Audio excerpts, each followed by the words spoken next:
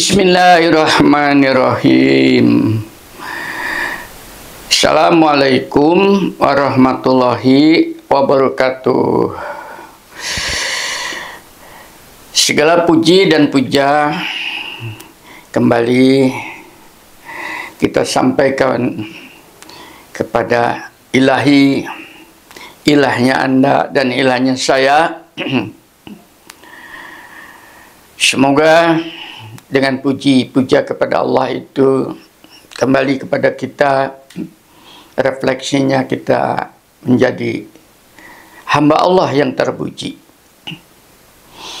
Agar supaya kita sampai kepada maqaman mahmudah, tingkat kemuliaan seperti itu tadi, maka jalannya hanya masuk dalam suatu lorong yang disebut dengan lorong kebenaran. Itu the truth, itu di situ kebenaran. Anda harus masuki itu.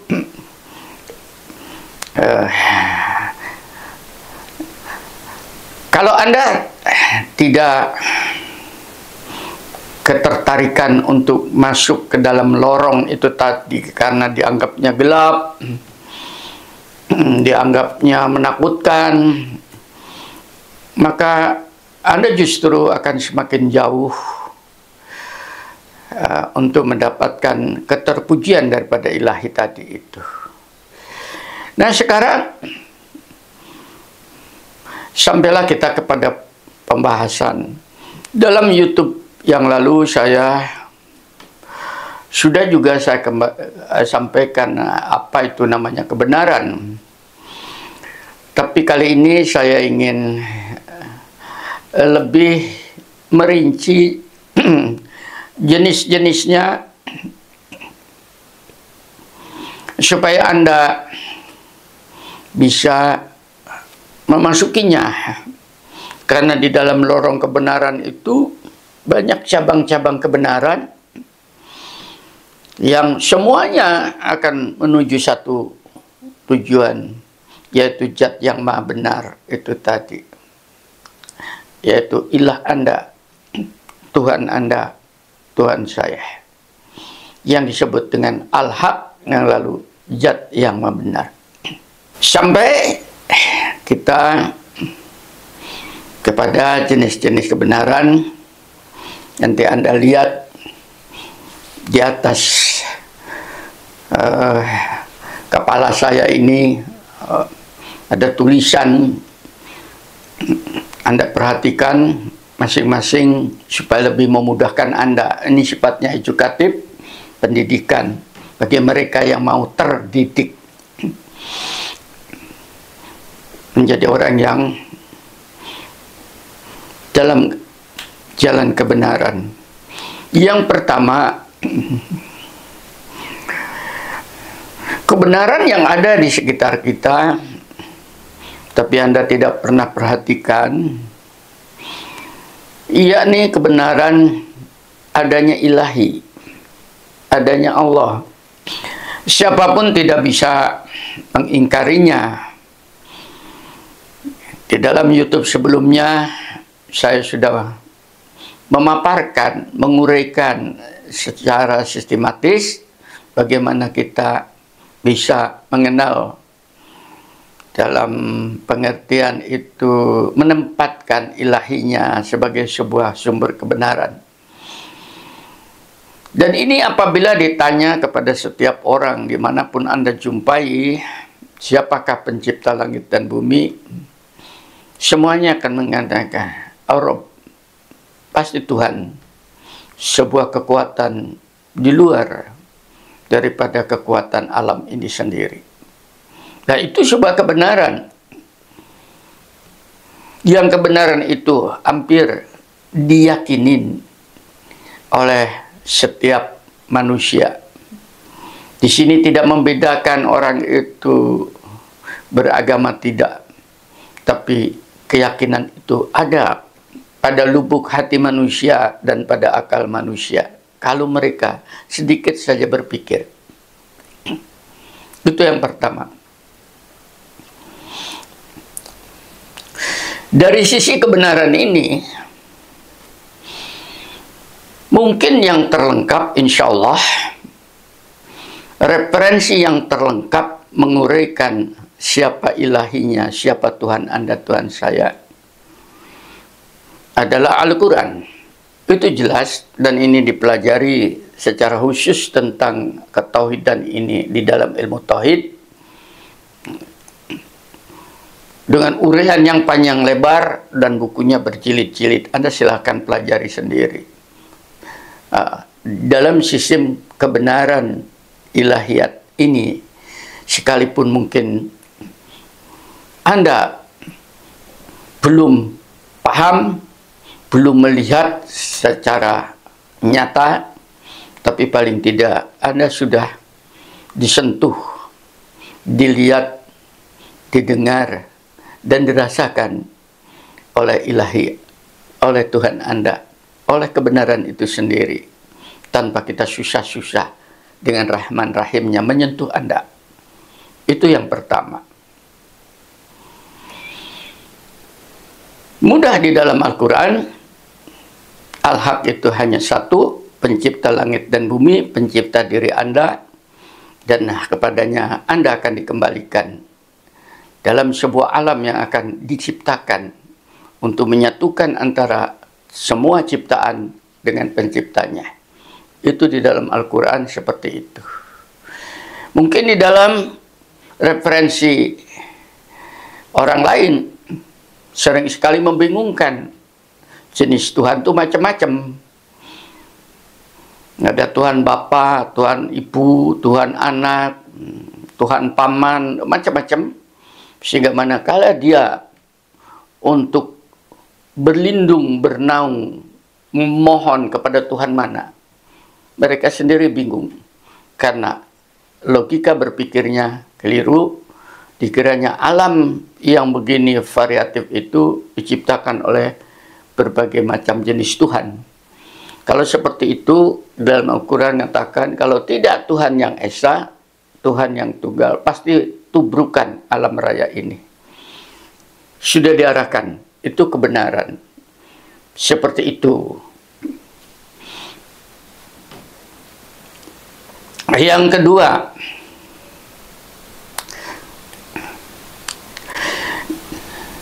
karena Allah itu atau Tuhan itu adalah merupakan sebuah sumber kebenaran,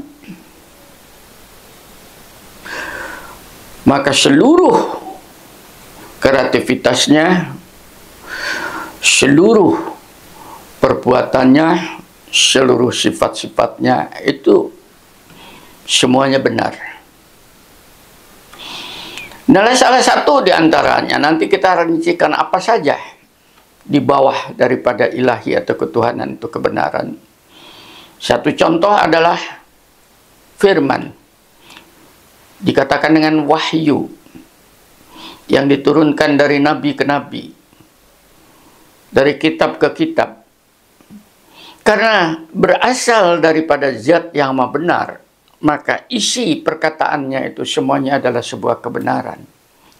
Anda tidak akan pernah mendapati di dalam sumber wahyu itu sesuatu yang tubrukan, yang tidak masuk logika, yang tidak benar. Silakan Anda lembari di dalam Al-Quran, disebutkan, kalau kamu ragu dengan isi kandungan wahyu yang aku turunkan kepada Muhammad ini, katanya, maka cari titik kesalahannya atau buat tandingannya serupa itu, kalau kamu bisa. Dan pasti kamu tidak bisa. Kalau kamu tidak bisa, kenapa kamu tidak dipegang sumber informasi wahyu itu sebagai sebuah referensi hidup? Agar supaya kamu tidak rugi di masa yang akan datang, yang kalian belum tahu. Begitu indahnya. Kalau kamu ragu, pasti kamu akan mendapatkan satu perkataan, satu ayat dengan ayat lain itu akan tabrakan. Tapi tidak ada. Itu cara validitas kandungan Al-Quran. Silahkan dipalsukan, Anda tidak bisa. Dan ini sudah pernah terjadi sejak zaman kenabian itu sendiri, munculnya nabi-nabi palsu untuk membuat ayat tandingan, tapi toh kelihatan kebodohannya. Sudah dua. Jadi kalau sekarang Anda mengimani sumber wahyu sebagai sebuah referensi kehidupan itu, insya Allah Anda sudah berada dengan lorong koridor ketuhanannya masuk, dan di sana ada cahaya yang mulai terbuka secara luas, yaitu informasi wahyu itu sendiri yang akan membimbing Anda, yang akan menunjukkan Anda, yang akan memberikan cahaya kepada Anda tanpa Anda minta. Kalau Anda mau menggunakan wahyu sebagai cahaya perjalanan Anda berada di dalam kebenaran. Sudah dua. Yang ketiga, waktu yang kita jalani ini adalah sebuah kebenaran. Sekalipun kita tidak pernah tahu itu apa itu waktu, akan tetapi kita bisa membuat sistematika secara logis, secara saintifik, bahkan kita bisa mengukur bahwa waktu itu berjalan. Itu waktu. Saya di dalam membuat sebuah video seperti ini dan sampai kepada Anda, bisa saja baru saya upload 1 minggu, 2 minggu tadi sudah berjalan. Waktu saya syuting seperti ini sudah lewat, dan Anda baru mendengarkan pada saat sekarang ini, maka Anda sudah tertinggal oleh waktu yang saya lakukan. Tapi insya Allah, setertinggal-tinggalnya Anda masih mempunyai kesempatan untuk mendengarkan disampaikan kebenaran kepada Anda, yaitu tentang waktu. Usia Anda itu adalah kebenaran yang tidak bisa Anda ingkari. Itu adalah waktu yang diberikan kepada setiap individu berbeda. Ada yang waktunya hanya pendek muda, usia 30 tahun. Ponakan saya sudah meninggal karena penyakit kanker. Ada yang usianya panjang sampai 100 tahun. Itu adalah waktu yang diberikan per individu oleh ilahi sesuai dengan peruntukannya masing-masing. Saya masih dikasih usia seperti ini. Saya sadar bahwa itu waktu bukan saya yang memberikan, yang menciptakan, tapi ilahi. Untuk apa? Untuk saya gunakan waktu ini tadi untuk menyampaikan kebenaran-kebenaran saat ini kepada Anda. Maka waktu yang saya gunakan ini adalah waktu kebenaran. Insya Allah, waktu yang diberkati oleh Allah, yang saya jalani di dalam lorong waktu. Mulai paham ke Anda? Lalu di mana waktu Anda? Kecuali Anda untuk hura-hura. Anda hanya untuk ketawa ria. Anda untuk memperkaya materi. Anda untuk mempertahankan jabatan tanpa Anda sadari untuk apa itu semua. Kecuali Anda akan mengumpulkan kekayaan yang pasti Anda tinggal. Mau atau tidak mau.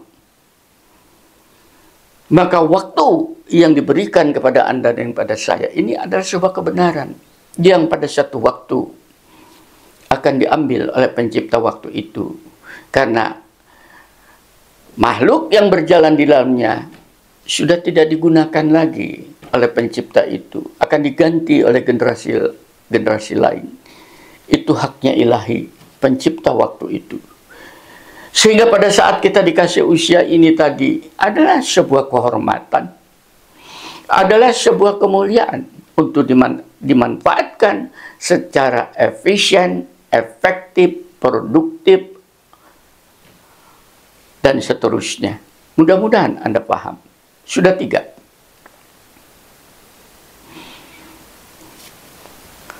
Yang keempat, ada kebenaran namanya kebenaran cahaya. Di dalam Quran disebutkan Allahu nurus samawati wal ardi.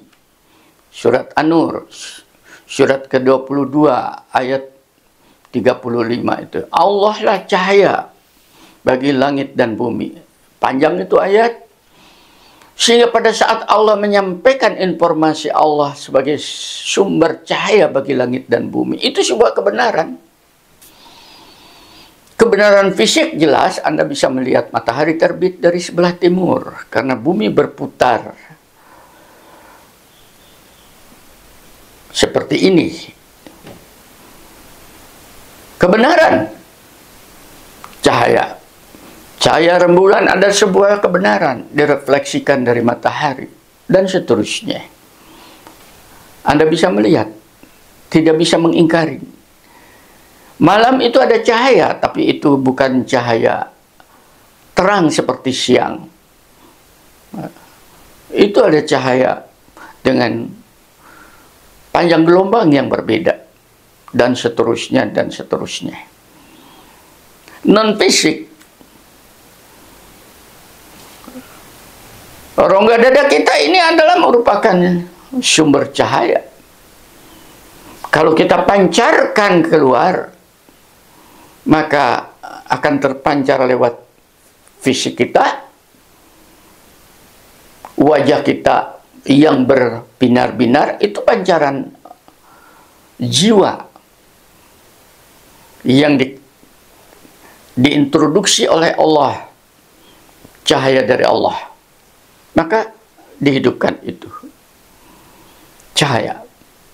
Disebutkan Al-Quran itu juga cahaya, karena bisa menerangi orang, mengeluarkan orang dari tempat yang gelap gulita kepada cahaya yang terang benderang. Yang tadinya tidak tahu bagaimana menghormati kedua orang tua, diajari. Yang tadinya tidak tahu bagaimana orang tua mendidik anak, diajari. Yang tadinya tidak tahu bagaimana kita itu hidup harmonis dengan sesama, diberitahu. Bukan cahayakah itu? Dan seterusnya. Diperlukan itu kebenaran. Tolong Anda cari, tolong Anda gali. Bahkan mungkin tolong Anda pancarkan cahaya yang ada di dalam rongga dada itu tadi. Yang berikutnya, alam raya yang kita duduki sekarang. Saya di atas kursi seperti ini, di dalam ruangan seperti ini, Anda mungkin juga di dalam ruangan, atau mungkin Anda di lapangan dan sebagainya. Itu adalah sebuah kebenaran. Namanya kebenaran sunatullah, ketetapan Allah yang dalam bahasa kita dikatakan hukum alam. Itu kebenaran. Dari zaman dahulu sampai sekarang, hukum alam tidak pernah berubah, tetap. Anda sepandai-pandai sekuat-kuatnya melebar batu ke udara sejauh-jauhnya, itu toh jatuhnya akan ke atas permukaan tanah kembali. Karena ada hukum alam yang menarik. Kalau tidak ada seperti itu, maka berterbanganlah kita dalam perputaran bumi. Anda tidak akan bisa membangun, Anda tidak akan bisa berjalan. Hukum alam, sunatullah dalam bahasa Al-Quran itu seperti. Nah, yang sunatullah ini sudah Anda seperti ketahui dan digunakan sehingga Anda hidup menjadi enak. Karena Anda belajar melalui ilmu namanya sains. Di situ Anda belajar ilmu alam, di situ ilmu biologi, ilmu fisika, matematik dan seterusnya, itu ilmu alam. Ya, menjadi sains dan sebagainya. Anda bisa melihat, mengukur sendiri.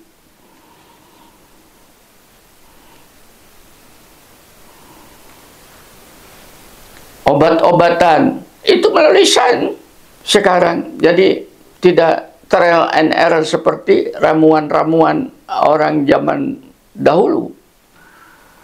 Obat-obat tradisional itu tadi, tapi sudah menjadi obat-obat yang modern, sehingga nampak jelas efeknya untuk kesehatan kita, untuk penyembuhan penyakit.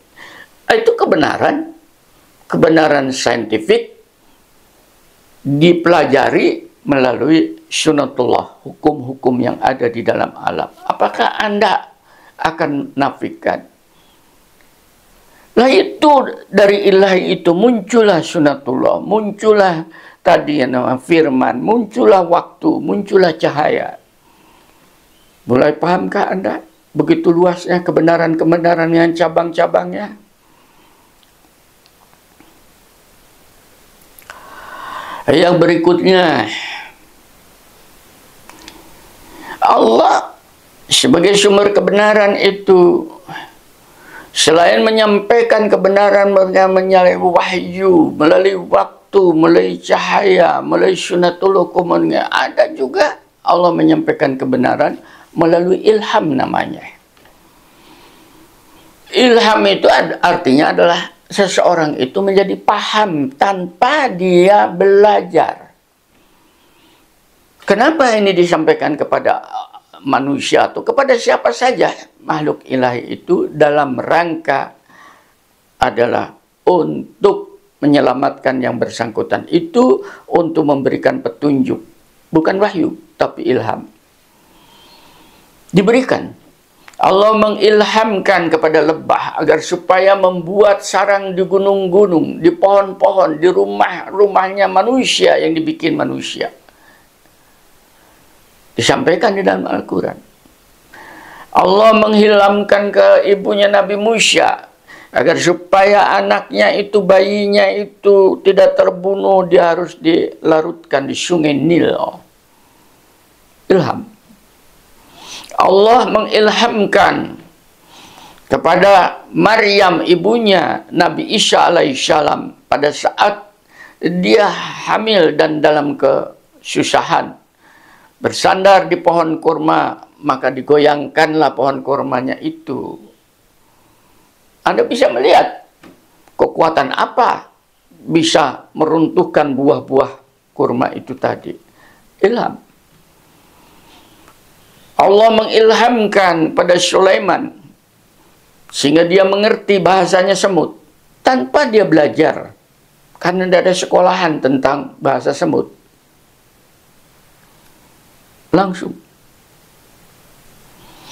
Dan seterusnya dan seterusnya. Jadi ilham ini adalah merupakan sebuah sumber kebenaran dari ilahi yang diberikan kepada orang-orang tertentu atau makhluk-makhluk tertentu. Sekendaknya Allah.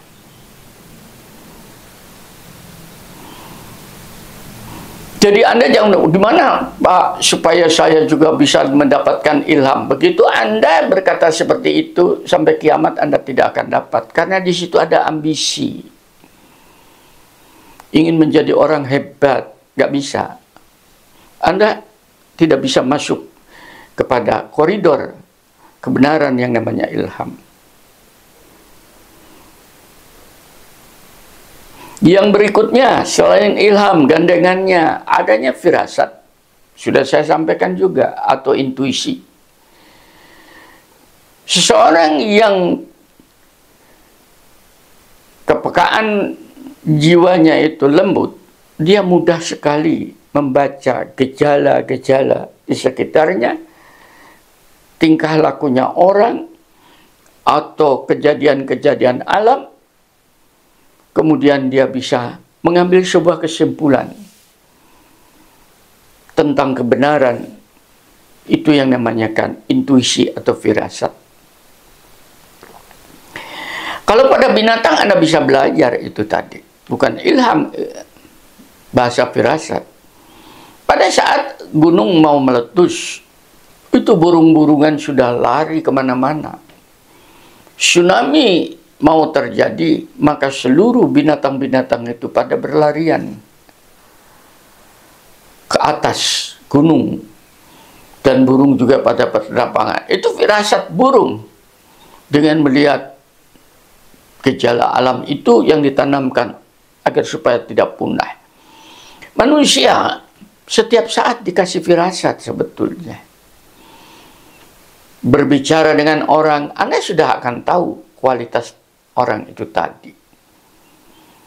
Apakah ini penipu atau justru dia itu ada kawan seiring? Anda akan tahu.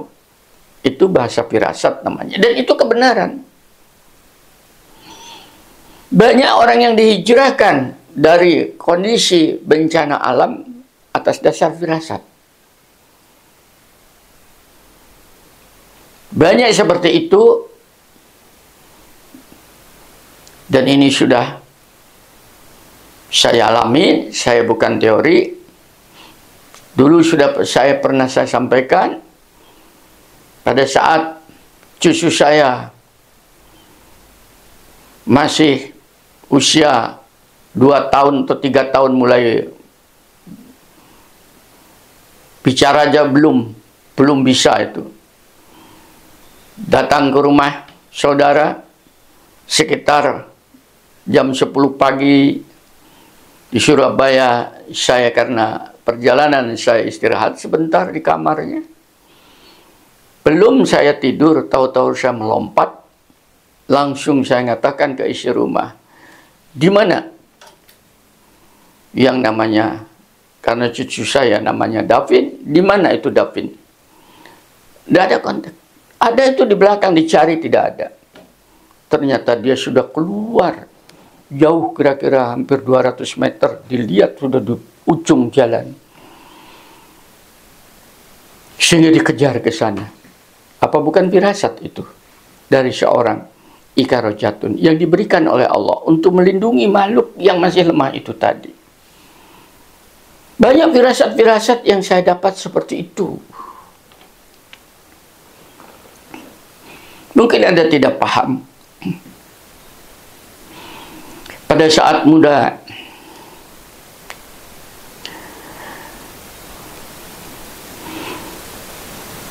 mungkin ada juga punya pengalaman sama dengan saya, menaksir seorang gadis untuk menjadi istri. Pada saat diskusi, selalu bicaranya terus saja tanpa titik koma. Sehingga firasat saya mengatakan tidak cocok untuk kamu. Karena orang yang kayak begini tidak bisa dikasih nasihat. Dan saya mengambil firasat ini sebagai sebuah bukti ilmiah tentang psikologi orang. Maaf, kebanyakan, ini kebanyakan, jadi tidak 100% lah, katakanlah 90% insya Allah benar. Ini gejala firasat. Perempuan kalau bahasa Jawanya batuk atau bahasa Sundanya tarang, ya, atau bahasa Indonesianya kepalanya yang di depan ini, bagian kepala di depan itu sedikit menonjol ke depan, nonong bahasanya. Itu tadi. Bukan tumor, nonong, ada seperti itu. Hampir mayoritas perempuan-perempuan seperti ini jiwanya keras. Dan mayoritas dia mempunyai jodoh, pasti suaminya itu lemah dalam diktenya. Pilihan pada anak sudah pasti berdasarkan gejala. Dan terus kalau sudah ngomong tidak bisa dipotong. Itu satu. Orang yang berbicara sambil berjalan, Anda bisa melihat, ini firasat namanya. Saya belajar ilmu firasat. Baik itu laki atau perempuan. Itu orang menunjukkan bahwa orang tidak memberikan perhatian kepada lawan bicaranya. Dianggapnya remeh. Ini orang ini tidak bisa dijadikan kawan setia. Karena pada suatu waktu Anda akan ditinggal. Apalagi jadi teman hidup Anda. Dia akan selalu berlari dan berjalan. Tidak bisa dia cenjem, tentrem, istiqomah, diskusi dengan benar. Ilmu firasat, intuisi.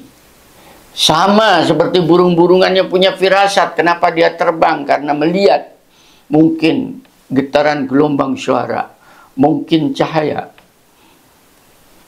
mungkin ada abu vulkaniknya, dan seterusnya. Itu namanya firasat sehingga hijrah.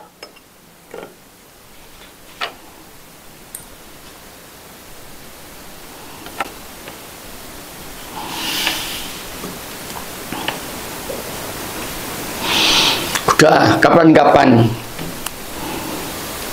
masih banyak kebenaran keyakinan yang disebut dalam bahasa agama adalah iman. Keyakinan atau keimanan seseorang terhadap sesuatu itu sifatnya adalah masih abstrak. Oleh karena itu, supaya keyakinan itu tidak keluar daripada koridor keilahian, ketuhanan, maka keyakinan itu diberi langsung oleh Tuhan itu sendiri, keimanan itu dengan jenis-jenisnya. Di luar daripada itu keyakinan bikinan Anda sendiri yang bisa salah. Contoh, di dalam ajaran Al-Quran, keyakinan akan tetap Tuhannya, keyakinan akan malaikatnya, keyakinan akan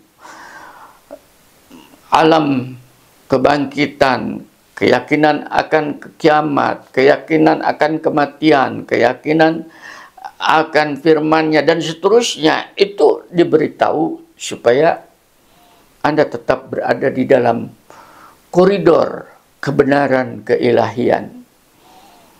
Karena kalau tidak diberitahu, akhirnya Anda membuat keyakinan sendiri. Contohnya, keyakinan terhadap para dewa matahari, dewa api, dewa angin, dan sebagainya. Tidak ada konsep itu di dalam koridor keilahian. Itu keyakinan Anda buat sendiri.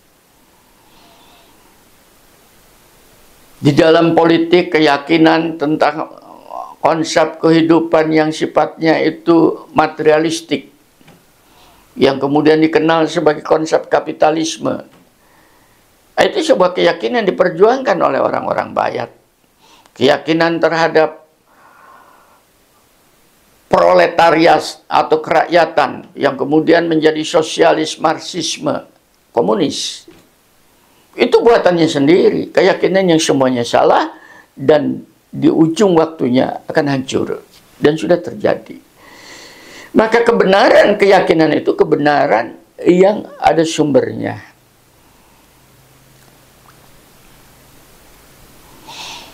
Apa yang saya sampaikan kepada Anda ini adalah sebuah keyakinan saya, bahwasanya informasi-informasi, referensi wahyu, referensi pengetahuan tadi sunatullah itulah sebuah kebenaran yang sudah saya rasakan, saya nikmatin, saya jalanin, yang saya tetap istiqomah seperti itu. Saya berbagi dengan Anda, supaya Anda menjadi hamba Allah yang terberkati apabila Anda sabar. Keyakinan itu adalah sebuah kebenaran. Yang berikutnya adalah kebenaran tentang kerohanian atau rohani. Rohani itu adalah sumber kebenaran. Walaupun kita tidak tahu apa bentuknya roh, di mana tempatnya, wujudnya, dan sebagainya. Apa warnanya, kita tidak tahu. Padahal dalam diri Anda, dalam diri saya ada roh. Tapi tidak kita kenal, tidak kita ketahui. Itu sebuah kebenaran dari ilahi yang ditanamkan kepada Anda, kepada saya, sebagai elemen ketuhanan. Apa elemen ketuhanan itu adalah zat yang maha hidup. Pada saat elemen kehidupan itu dimasukkan kepada Anda yang namanya rohani, maka Anda hidup.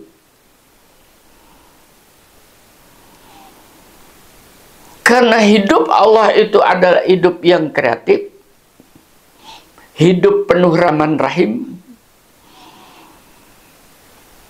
hidup maha pengasih dan penyayang, maka roh elemen ketuhanan yang Anda masuk di dalam diri Anda itu, jangan Anda matikan oleh jasmani Anda, tapi tetap dihidupkan dengan fungsi yang disampaikan oleh ilahi itu tadi. Harusnya seperti itu. Itu sebuah kebenaran. Makanya di dalam belajar tentang kerohanian, Anda disuruh bertafakur, Anda disuruh berzikir, Anda disuruh bermuhasabah. Itu di dalam rangka agar rohani sebagai kebenaran itu memberikan cahayanya, memberikan informasi kebenarannya kepada pikiran kita, pada lisan kita, kepada tangan kita, sehingga gerak kita ini, seperti saya menyampaikan, ini adalah gerakan kerohanian.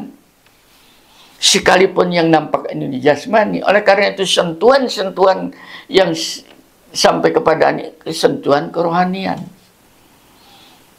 Kalau Anda tidak paham, memang rohani Anda itu yang keras, tertutup pintu rohaninya, sehingga Anda tidak bisa dipenetrasi. Sama pada saat Nabi Musa menyampaikan kebenaran kepada Fir'aun, bukan untuk menghancurkan kerajaan, bukan untuk mengambil alih kedudukan, bukan, tapi menyampaikan kebenaran-kebenaran supaya negeri itu makmur, supaya negeri itu sejahtera, supaya negeri itu aman, hidup equal, punya kesetaraan, dan punya fungsinya masing-masing. Sebetulnya ke sana kerohanian Musa. Tapi rohaninya Fir'aun itu sudah rusak, tertutup. Maka nasihat-nasihat tidak bisa masuk. Sama dengan pejabat-pejabat sekarang. Karena dia menjadi presiden, punya kekuasaan yang super power misalnya. Atau jadi raja yang super power. Dia tidak mau mendengar. Telinganya tuli, matanya buta. Pikirannya sudah jenuh oleh problematik yang dibuatnya sendiri karena tidak mempunyai referensi hidup. Maka tertutup rohaninya. Sekalipun dia kelihatan ketawa, tapi ketawa di ambang kematian. Perhatikan mereka yang jadi presiden-presiden, pejabat-pejabat, para menterinya, semuanya penuh penderitaan. Karena apa? Pintu rohaninya terkunci. Kebenaran rohaniah tidak bisa terpancar. Dan rohani, cahaya dari luar juga tidak bisa masuk oleh dirinya sendiri. Berikutnya, kebenaran tentang kenabian.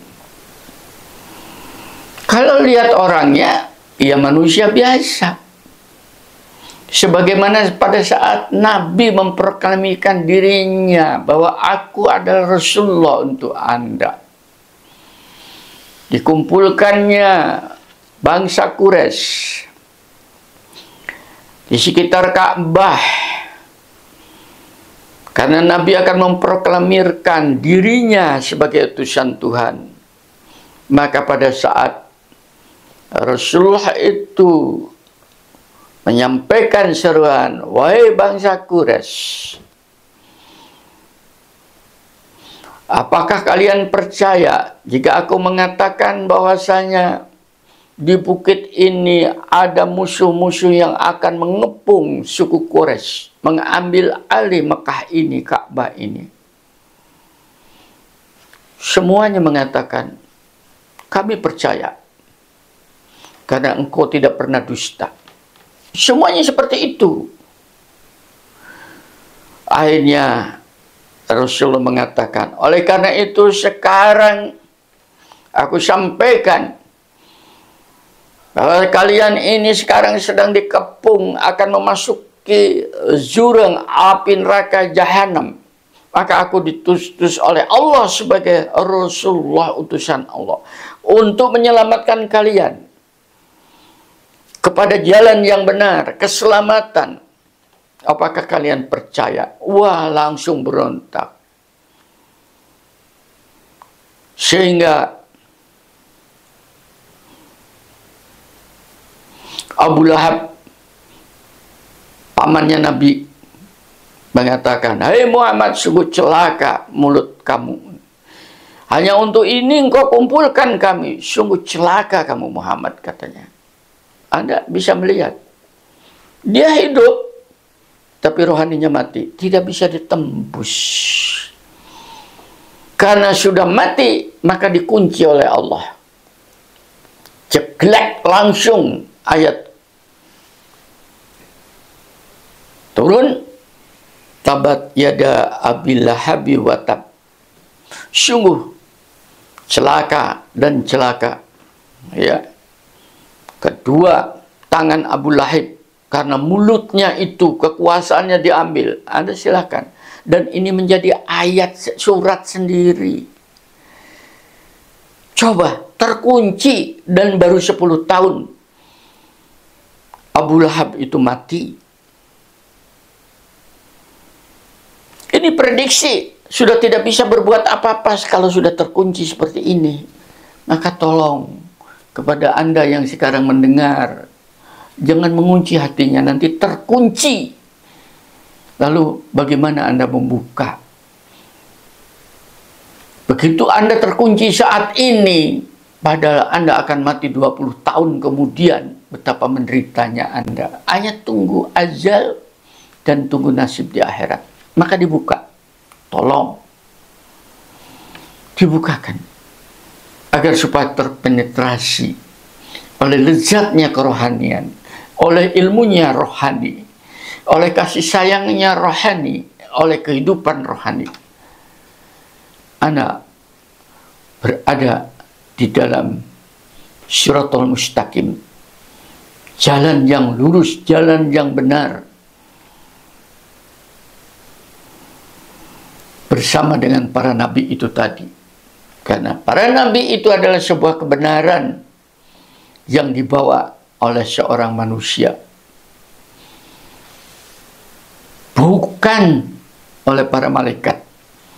Karena malaikat tidak mungkin jadi nabi. Kalau malaikat diturunkan menjadi utusan Allah jadi nabi, itu tadi pasti laki-laki. Dan karena tegasnya sifat malaikat, maka akan habis manusia ini. Karena kita ini manusia itu makhluk yang lemah, makhluk pembangkang, makhluk yang selalu menolak kebenaran.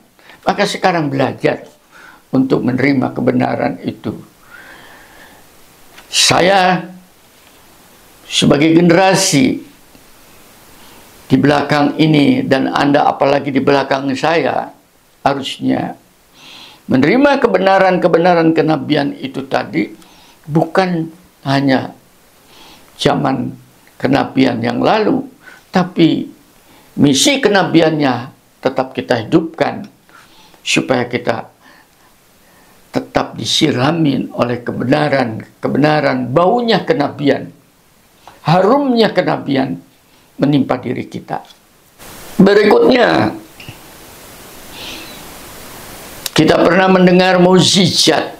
Mukjizat itu adalah sebuah kebenaran faktual bukan kebenaran saintifik, bukan kebenaran ilham, bukan kebenaran wahyu, bukan kebenaran firasat, bukan kebenaran kenabian, tapi itu kebenaran sendiri, namanya mukjizat.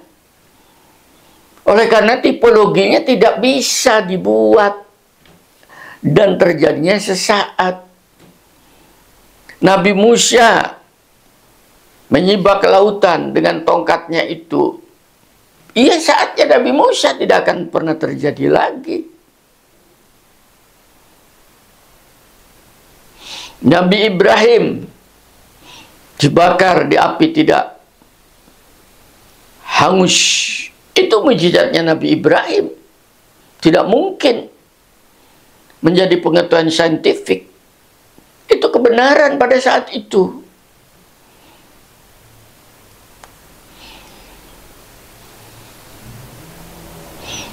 Mukjizatnya Nabi Muhammad, banyak mukjizat-mukjizat yang disampaikan di dalam riwayat seperti mukjizat membelah bulan dan sebagainya, tapi itu out of date, mukjizat yang sifatnya fisikal, fisik semata.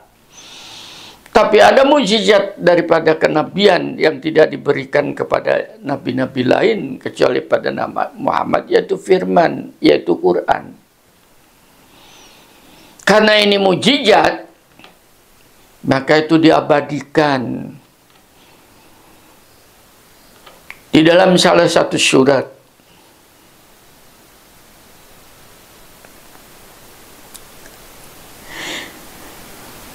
Inna anjalnahu fi lailatul qadr.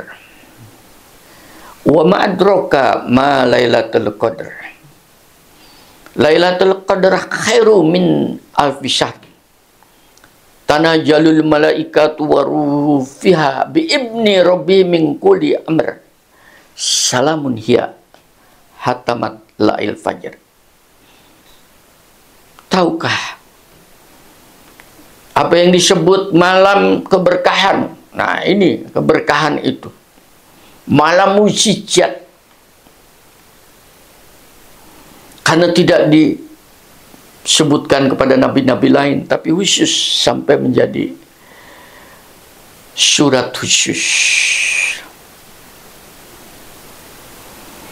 Yaitu manakala malam itu diturunkan malaikat-malaikat atas perintah Tuhannya untuk membawa firman wahyu kepada Muhammad. Maka wahyu yang diturunkan pada saat itu adalah menjadi sebuah mukjizat yang memberikan keselamatan untuk seluruh umat manusia sampai kiamat nanti. Dan mukjizat itu berkahnya sampai terbitnya fajar. Maka pada saat itu fajar yang terbit itu, apabila konsep mukjizat itu dioperlekan dengan terbitnya fajar itu tadi, maka kebenaran daripada mukjizat itu akan menyelamatkan seluruh umat manusia. Masih banyak kebenaran-kebenaran, tapi keterbatasan waktu kita melalui mass media ini, maka mudah-mudahan ini menjadi sebuah masukan untuk Anda. Tidak nengok ke lain-lain lagi, tapi fokus, diresapi, dihayati, dan coba diimplementasikan di dalam kehidupan sehari-hari. Kalau Anda belum paham, silahkan. Telepon, nomor telepon sudah saya sampaikan. Silahkan Anda datang ke rumah kalau Anda mempunyai hati ingin memperdalam lebih jauh, terbuka. Senyampang waktu masih diberikan oleh Allah kepada saya, maka pintu masuk ke rumah saya terbuka selebar-lebarnya. Semoga pintu rohani Anda tidak ditutup oleh Anda. Alhamdulillahirabbil alamin. Assalamualaikum warahmatullahi wabarakatuh.